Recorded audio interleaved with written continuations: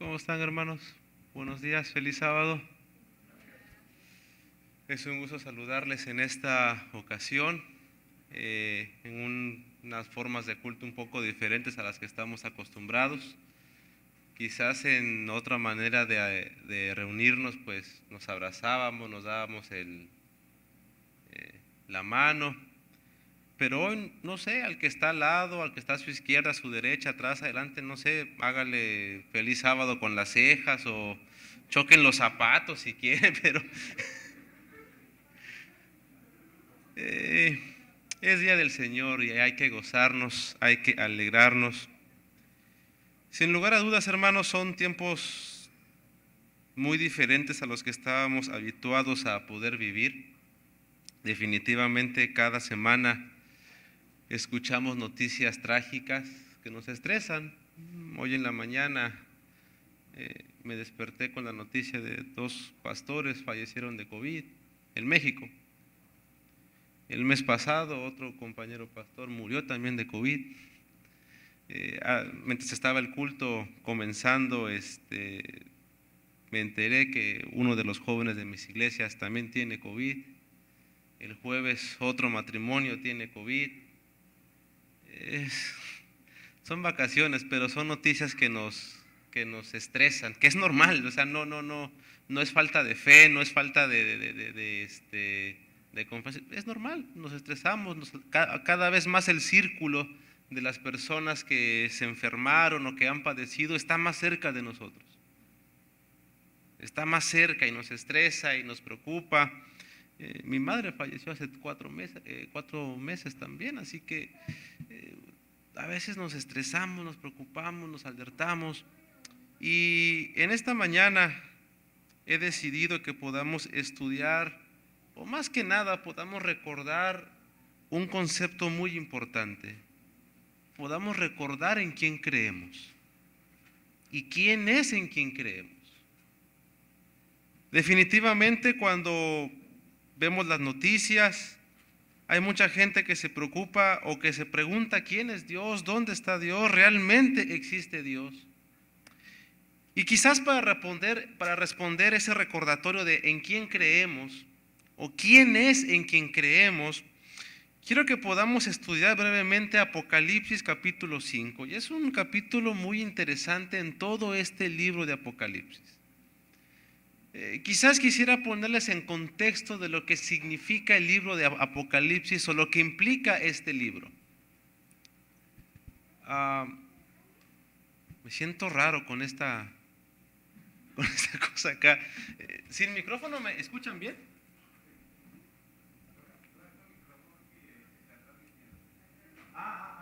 Entonces me lo llevo. Ok, para estar más en contacto con ustedes, porque sí siento que estoy en un lugar raro. Ok,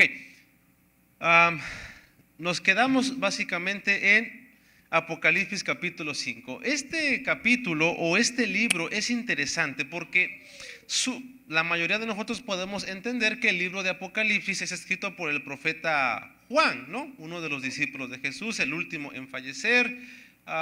Sin embargo, es interesante porque esta carta va dirigida a un grupo muy especial. Va a un grupo de judíos o de cristianos. Muchísimas gracias. Va dirigido a un grupo de cristianos que aman a Cristo, creen en Cristo, quieren seguir las enseñanzas de Cristo, pero sufren por ser cristianos. O sea, ser cristiano les va mal, pues vaya, en otras palabras. Hay diferencias entre ellos, o sea, entre la misma iglesia había diferencias, había complicaciones, había problemas. Fuera de la iglesia había problemas, había complicaciones, y el gobierno los perseguía por ser cristianos. Y surgía justamente la idea, ¿y para qué ser cristiano? ¿En quién creo? Y es en ese contexto de un montón de ideas que están viviendo los cristianos en ese momento que surge el libro de Apocalipsis. El capítulo 1 es la revelación de Jesús. ¿Quién es el que da la revelación? Es Jesús.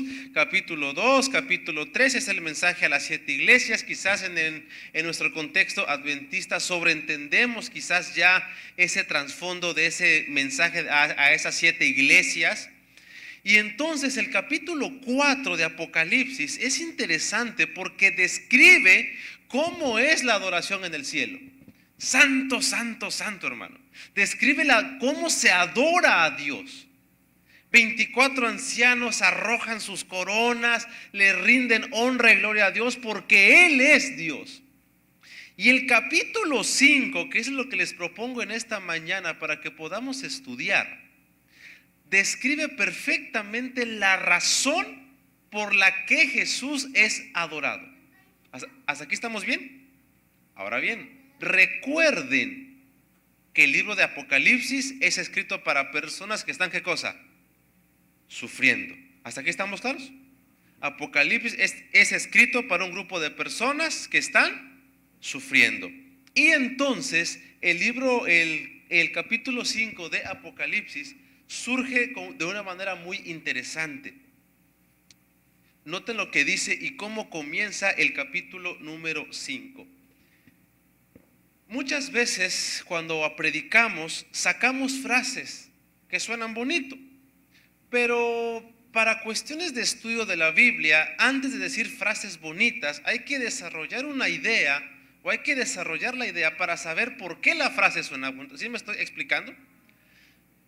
Vamos a hacer básicamente un ejercicio de sacar algunas ideas del capítulo 5, compararlas con el Antiguo Testamento y entonces entender la simbología del capítulo número 5 para poder comprender el mensaje que básicamente es ¿en quién creemos? ¿Sí me estoy explicando? Vale. Apocalipsis capítulo 5 versículo 1. Y noten la descripción que comienza y con el versículo 1 básicamente tenemos por lo menos 10 minutos para estudiarlo. Vi en la mano derecha del que estaba sentado en el trono un libro escrito por dentro y por fuera con 7 sellos. Primer idea que quiero que podamos hoy profundizar. Un libro escrito, un rollo que alguien está sentado, que alguien lo tiene ¿en qué mano? ¿Y dónde está sentado? En un trono. Ahora, esa imagen, hermanos, de alguien sentado en el trono, con un rollo en la mano derecha, es una simbología muy interesante. En el antiguo Israel, cuando un rey era entronizado, cuando le decían, tú vas a ser rey, lo que le daban, aparte de la corona, aparte del cetro, aparte de sentarse en el trono, ¿sabe qué le daban? Un rollo. Vamos a leer algunos versículos para que lo podamos comprender. Por ejemplo, en el segundo libro de Reyes, capítulo 11, versículo 12, segundo libro de Reyes, capítulo 11, versículo 12, cuando el rey es entronizado, noten lo que pasa a continuación. Sacó entonces Joiada al hijo del rey, que en este caso era Josías, y le puso la corona y el testimonio y lo ungieron, y ungiéndolo, ¿cómo lo hicieron? Rey. ¿Qué le dio? Corona, ¿y qué más le dio? Un testimonio, un rollo, el testimonio.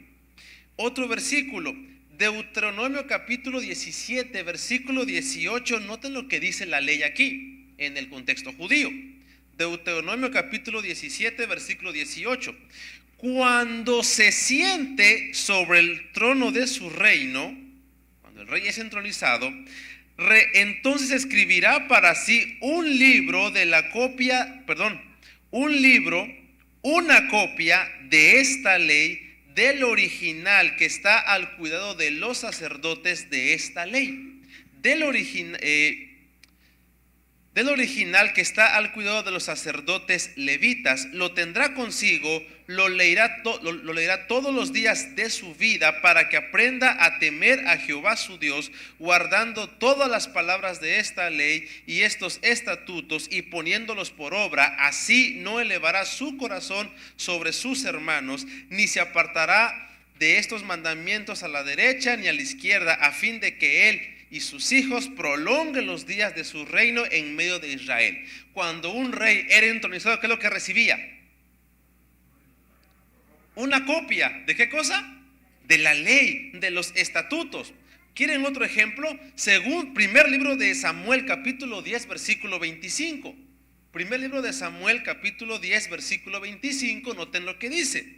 Samuel expuso luego al pueblo las leyes del reino, las escribió en un libro, el cual guardó delante de Jehová. Entonces aquí algo muy interesante. El rollo que aparece de este personaje que está sentado en el trono y que en su mano derecha, ¿qué es lo que tiene? Según Apocalipsis 5.1, ¿qué es lo que tiene? Un rollo, un libro.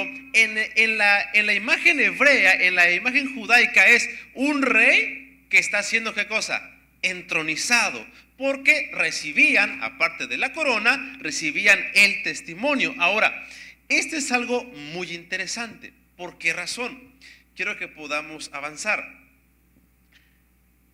Salmo 110, versículo 1, nos habla de un aspecto muy interesante.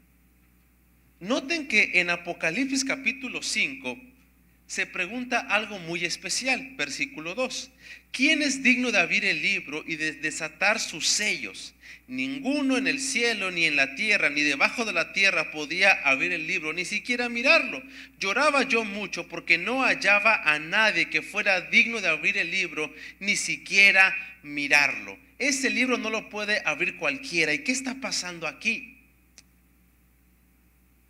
Salmo 110, versículo 1. Jehová le dijo a mi Señor: siéntate ¿en dónde?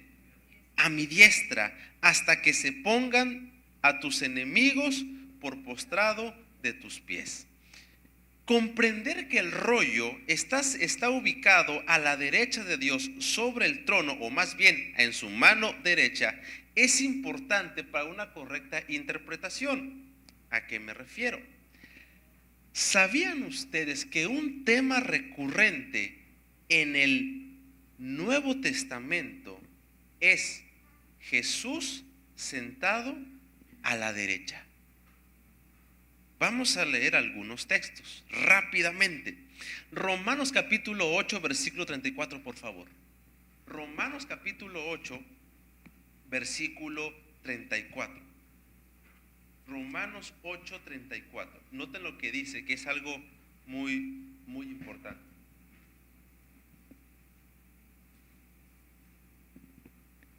Romanos 8:34. Noten lo que dice. ¿Quién es el que condenará? Cristo, el que murió, más aún el que también resucitó, el que además, ¿dónde está? A la diestra de Dios. Allí cerquita vamos a la carta a los Efesios capítulo 2. Efesios capítulo 1, versículo 20.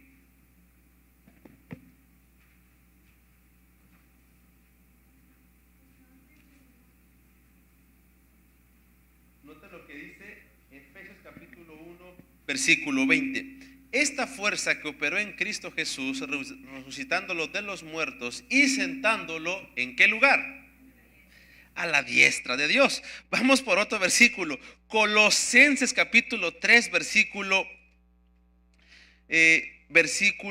1. Colosenses 3, 1.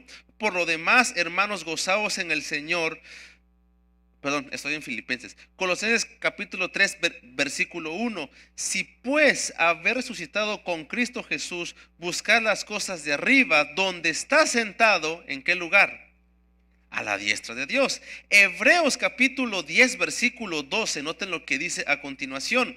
Hebreos 10, 12 dice: pero Cristo, habiendo ofrecido una vez para siempre un solo sacrificio por los pecados, se ha sentado, ¿en qué lugar? A la diestra de Dios. Y finalmente, primera de Pedro capítulo 3, versículo 22. Noten lo que dice. Primera de Pedro 3:22, quien habiendo subido al cielo está a la diestra de Dios. En el Antiguo Testamento está lleno de la idea, está permeada y está insistentemente varios autores, Pablo, Pedro, afirmando y diciendo, oigan, Jesús está ¿en dónde? Ahora, la primera vez que se menciona en el Antiguo Testamento fuera de Jesús de que Él está sentado en una predicación, la encontramos cuando desciende el Espíritu Santo en Hechos capítulo 2 versículo 33, cuando Pedro está predicando y Él les dice a los judíos que lo están escuchando allí. Hechos capítulo 2 versículo 33 en adelante dice lo siguiente. Así que exaltando por la diestra de Dios y habiendo recibiendo al Padre, del Padre la promesa del Espíritu Santo, ha derramado esto que vosotros veis y oís. Y noten la afirmación que hace Pedro. Jesús, ¿en dónde está? A la diestra de Dios. Ahora, estos pasajes, los que acabamos de leer en el Antiguo Testamento, justamente son el cumplimiento de la promesa del Antiguo Testamento que ya leímos en el Salmo 110 versículo 1. Jehová le dijo a mi Señor, ¿qué cosa? Siéntate a mi diestra. Ahora, no es que los discípulos hayan, se me hace que se parece a lo que dijo, a lo que está pasando en el cielo. Mateo capítulo 22. Mateo capítulo 22. Y noten lo que aparece a continuación. Si recordarán cuando Jesús está delante de Pilato. Perdón, es en San Mateo capítulo 26. Si recuerdan cuando Jesús está delante de Pilato, perdón, del sumo sacerdote, y lo están cuestionando y le dicen que si él es el Hijo de Dios. Versículo 62, San Mateo 26, 62. Se levantó el sumo sacerdote y le preguntó, ¿no respondes nada que testifican estos contra ti? Jesús callaba. El sumo sacerdote le dijo, te conjuro por el Dios viviente que nos digas si eres el Cristo, el Hijo de Dios. Y aquí va la frase. 64. Jesús le dijo, tú lo has dicho, y además os digo que desde ahora veréis al Hijo del Hombre, ¿dónde? Sentado a la diestra del poder de Dios y viniendo en las nubes de los cielos. Lo que está pasando justamente en Apocalipsis capítulo 5 es, hay una profecía, Salmo 110, versículo 1, Jehová le dijo a mi Señor, siéntate a mi diestra. Jesús en el Antiguo Testamento, en San Mateo capítulo 26, le dice al sumo sacerdote Caifás, ¿sabes qué? Tú lo has dicho y vas a ver al Hijo del Hombre a su derecha. Y la predicación en el Nuevo Testamento, a partir de Pedro, en el Pentecostés, ha sido constantemente, ¿saben qué? Jesús está sentado ¿en dónde? A la diestra de Dios. Ahora bien, hagamos una pequeña pausa y analicemos brevemente otra vez el contenido de este libro. Apocalipsis capítulo 5 versículo 1 afirma que tiene ¿qué cosa? Un rollo.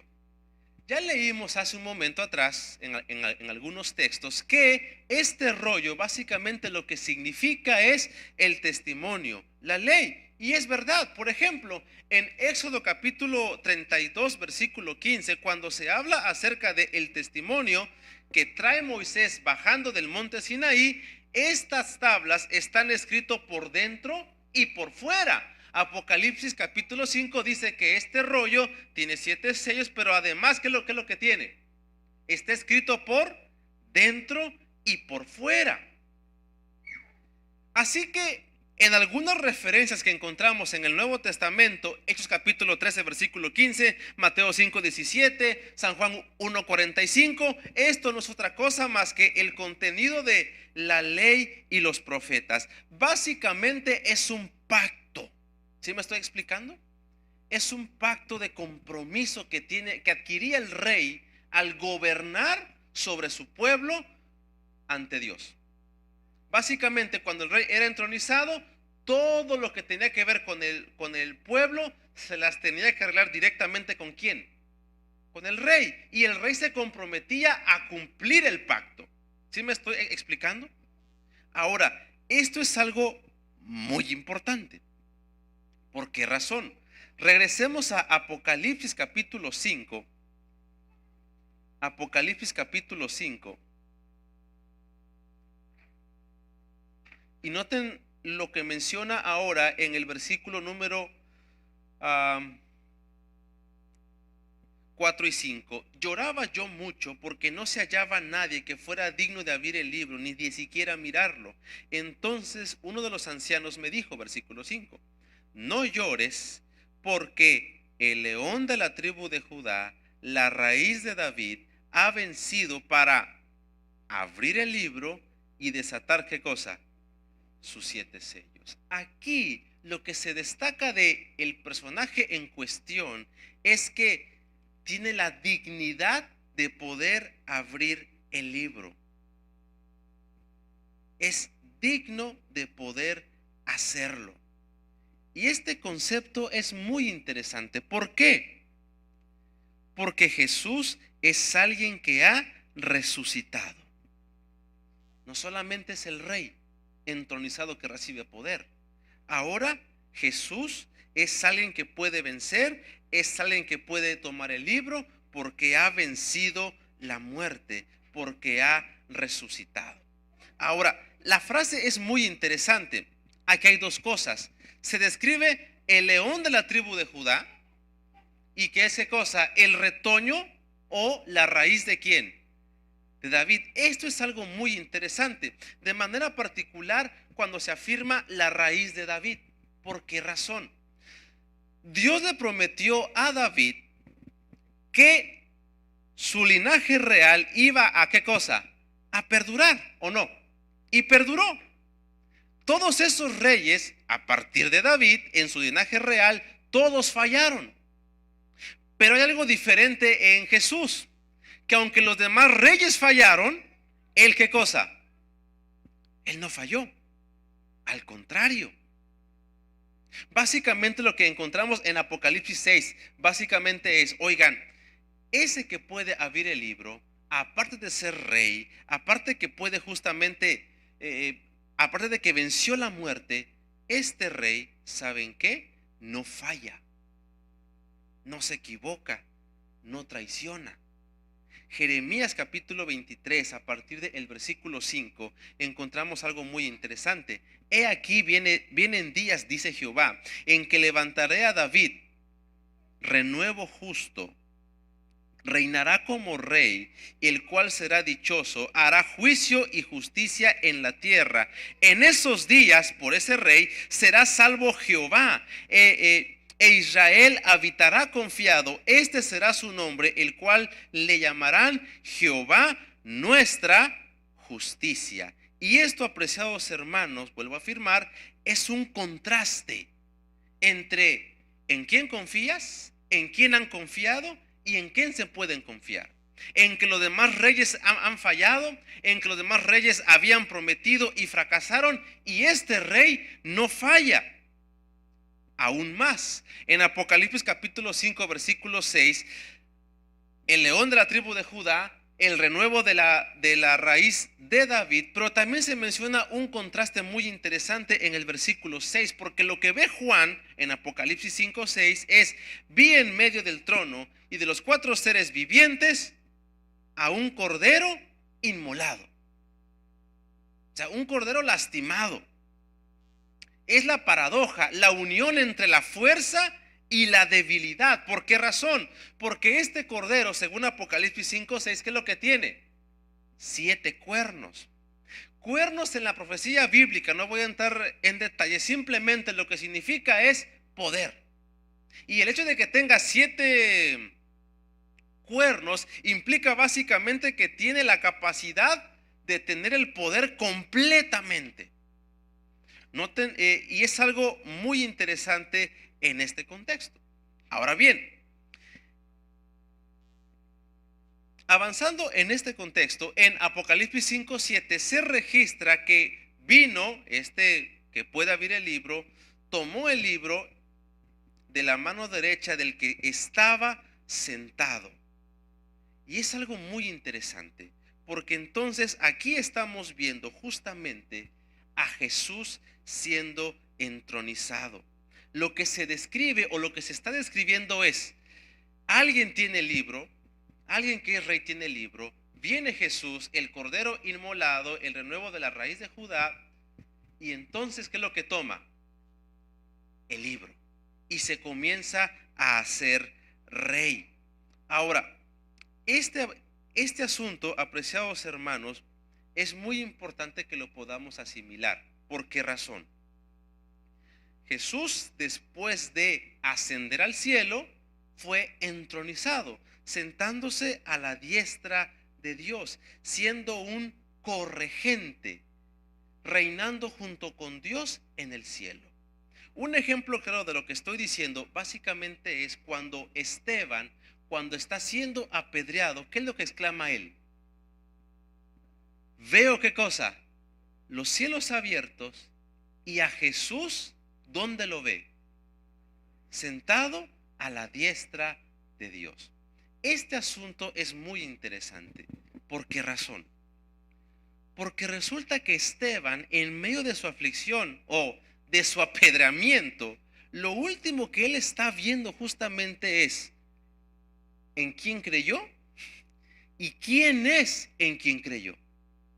Está viendo a Jesús, y ese Jesús, a diferencia de cualquier idea que se puede formular, es un Jesús que es vencedor.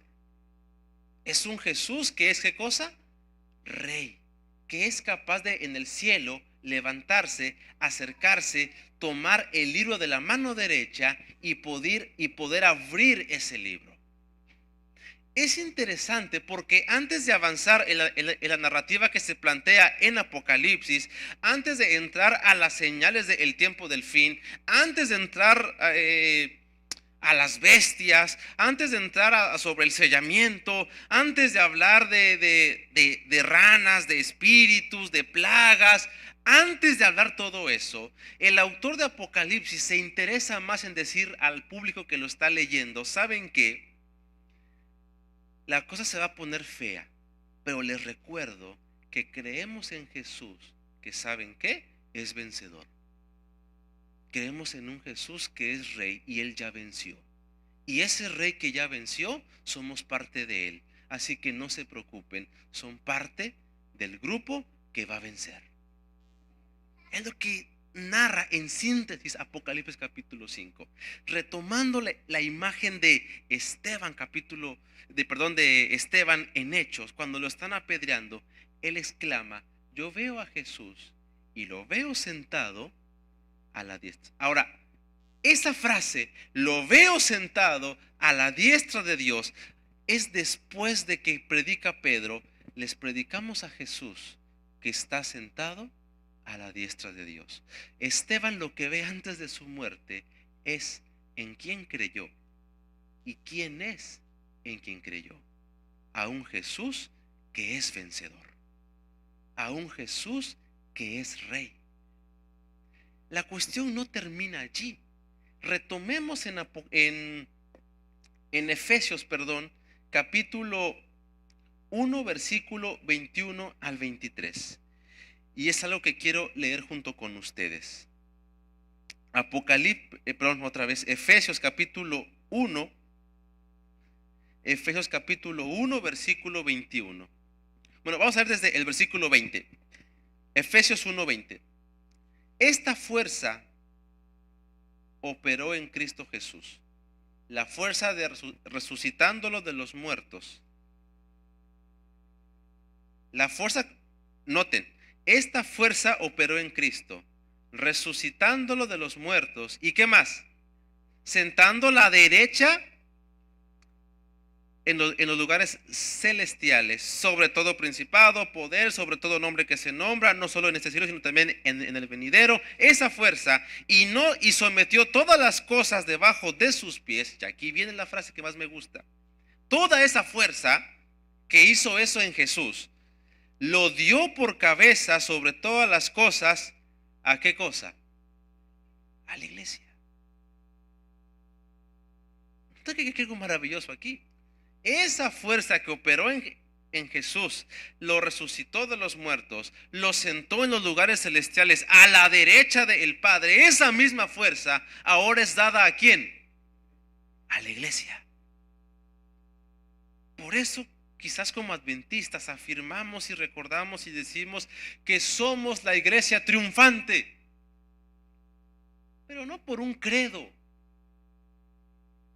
no por una manera de interpretar la Biblia, sino en quién, ¿qué cosa? En quién creemos. ¿Y quién es en quien creemos?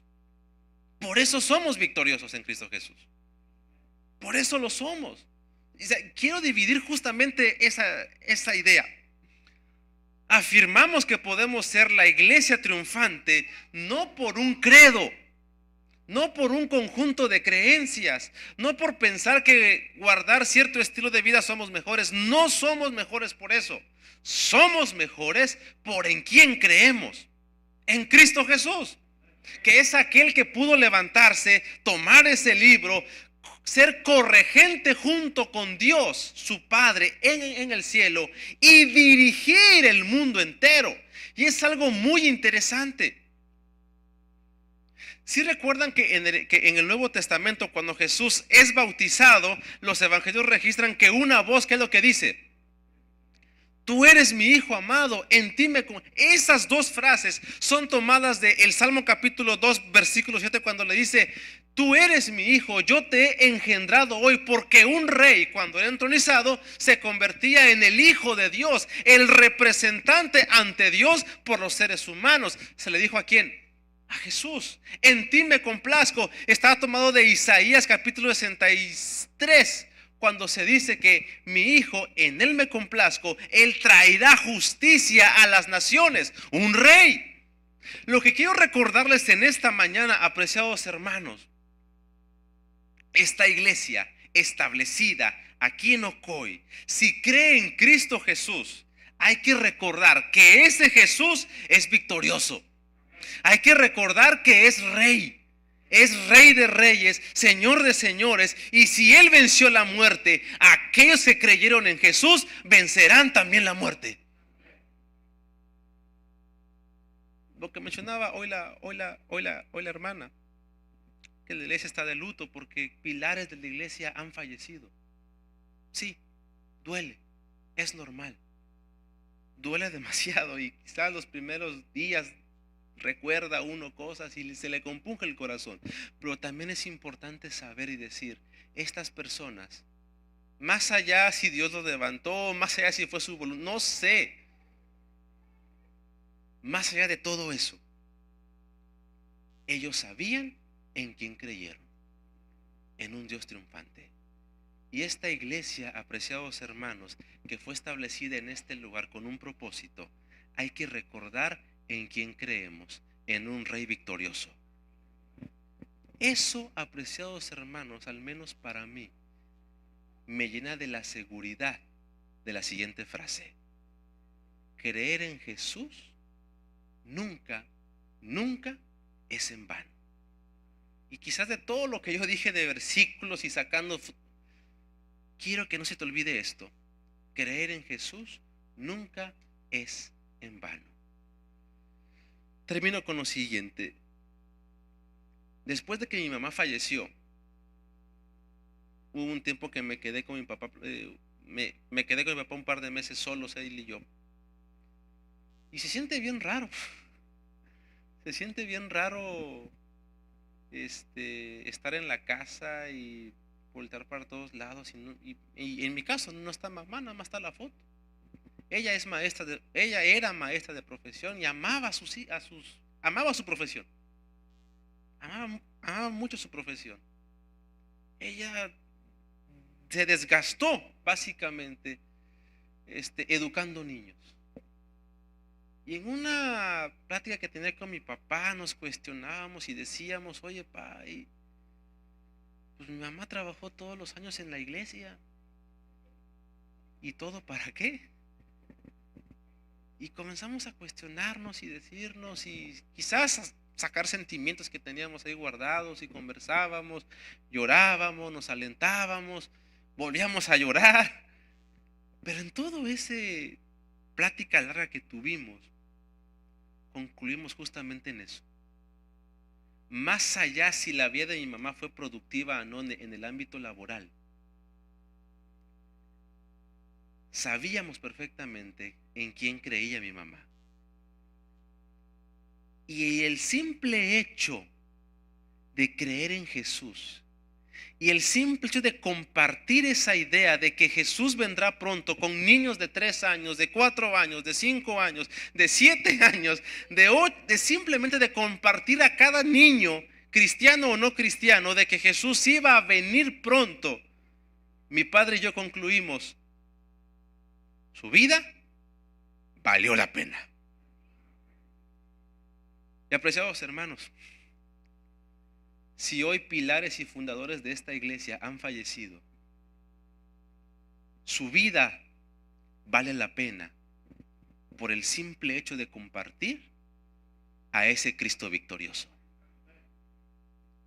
Y lo mejor que podemos hacer para continuar el legado que ellos han dejado,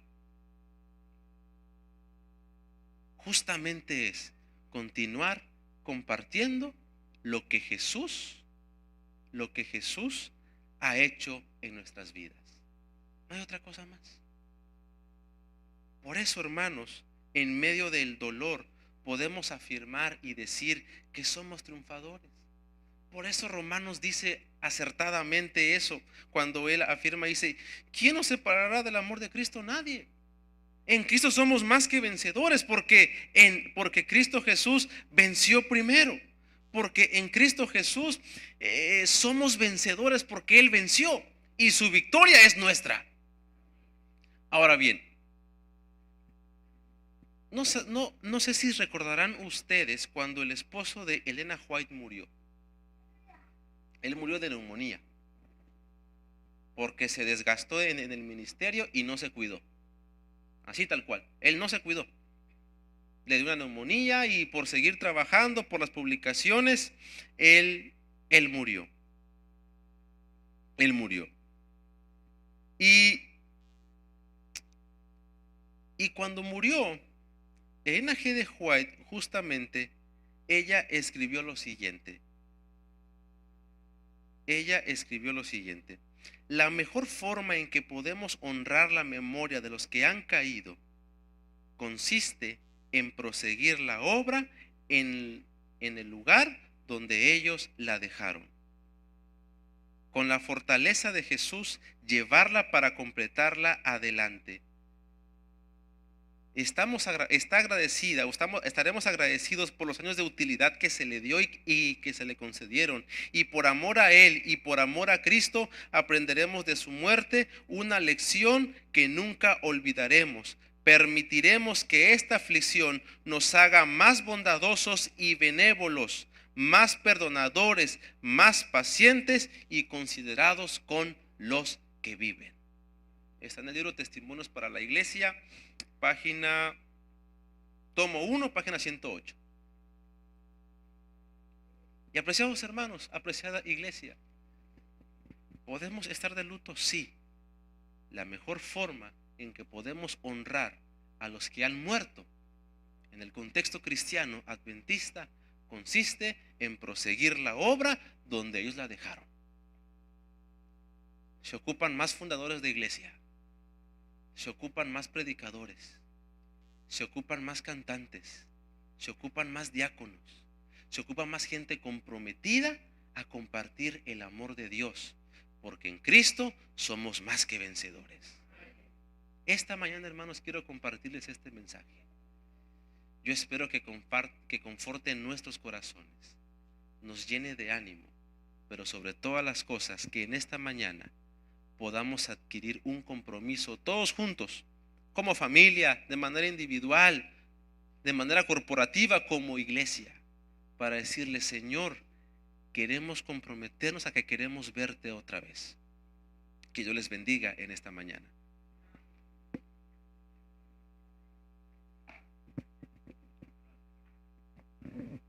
Gracias, pastor, por ese mensaje tan alentador. Para terminar, vamos a cantar el himno 180. Sí, lo veremos.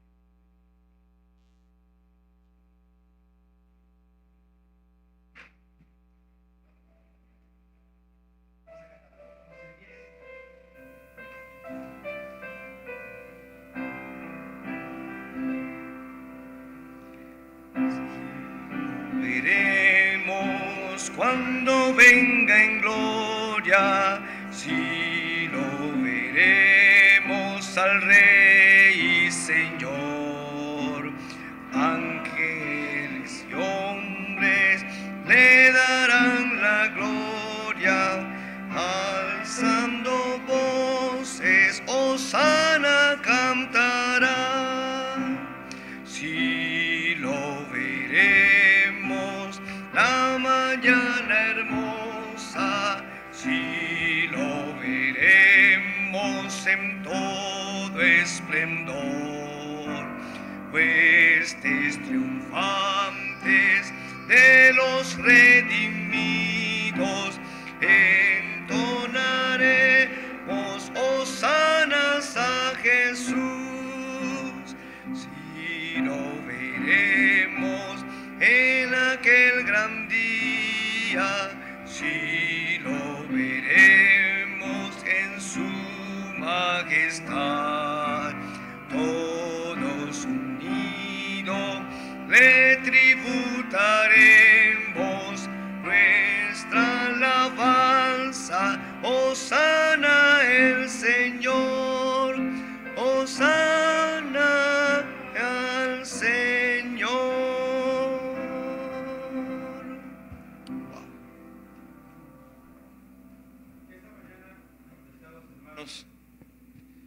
Este himno justamente nos recuerda una ilusión, una promesa.